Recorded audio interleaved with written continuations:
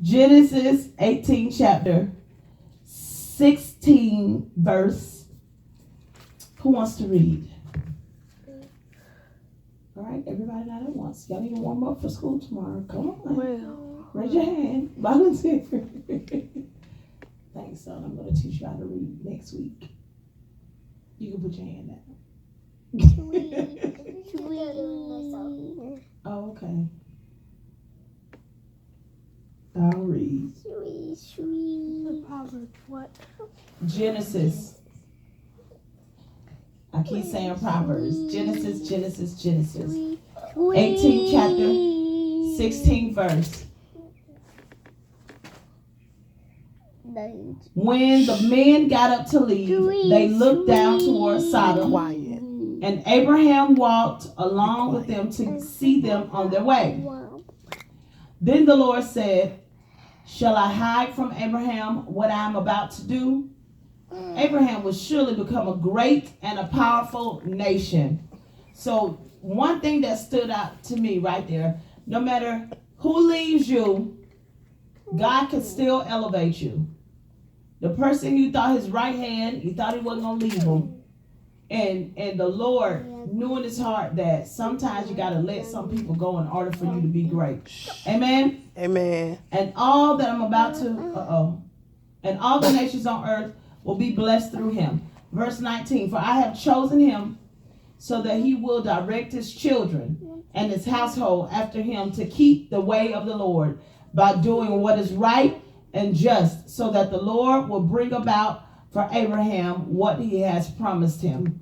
Verse 20, "Then the Lord said, the outcry against Sodom and Gomorrah is so great, and their sin is so grievous, that I will go down and see if they have done is as bad as the outcry that has reached me. If not, then I will know." So it said, I got to go see this for myself because the outcry is great. Verse 22, "The men turned away and went toward Sodom, but Abraham remained standing there before the Lord." Verse 23, "Then Abraham approached him and said, 'Will you sweep away the righteous with the wicked?'" So Abraham already knew that the city was about to be destroyed. So I can only imagine the agony that he had when Lot kept saying he wanted to go to Sodom. He already knew that the city was up for destruction. Verse 24, "What if there are 50 righteous people in the city? Will you really sweep it away and not spare the place for the sake of the 50 righteous people in it? Far from be it from you to do such a thing, to kill the righteous with the wicked, and treating the righteous and the wicked alike. Far be it from you. Will not the judge of all the earth do right?"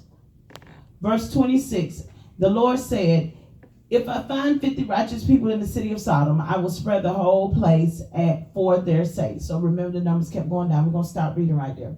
So let's talk about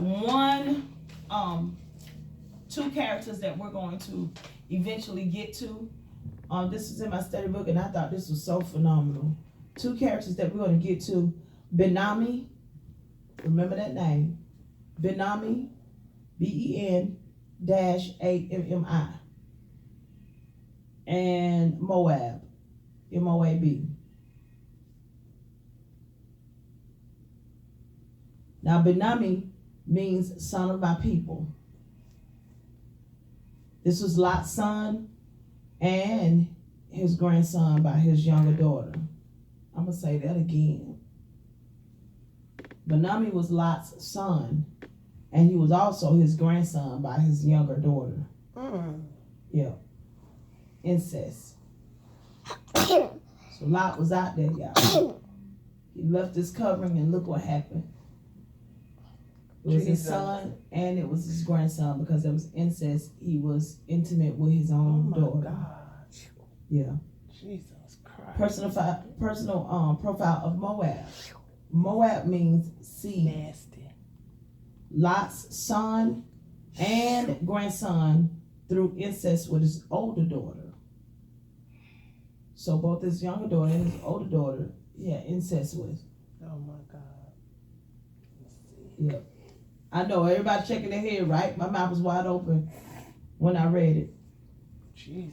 He was also father of the Moabites, a tribe that caused Israel repeated problems. It caused Israel, the children of God, the chosen ones. It caused them a lot of problems. Listen this, into a nutshell, Lot's choice to live in sin brings its ultimate fruition for his family. Lot's choice to live in sin brought into fruition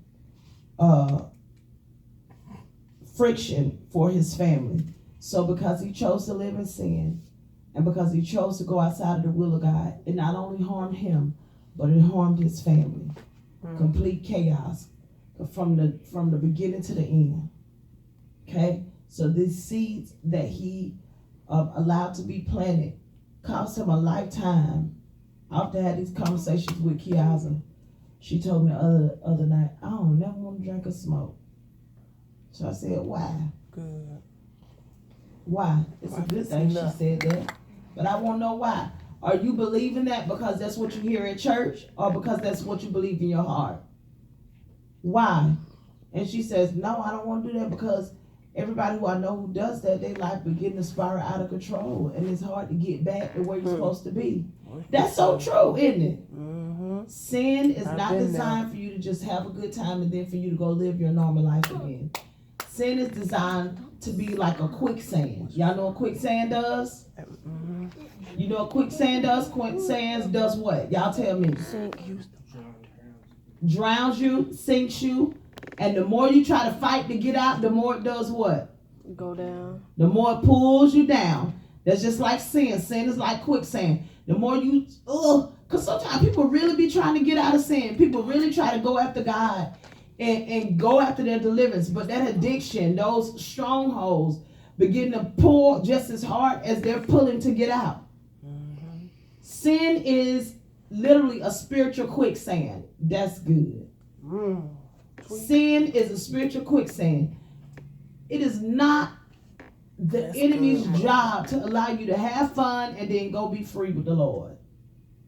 No, it's a setup from the get go. Quicksand doesn't look like quicksand. Quicksand looks harmless until you step in Looks it. appealing. Mm-hmm.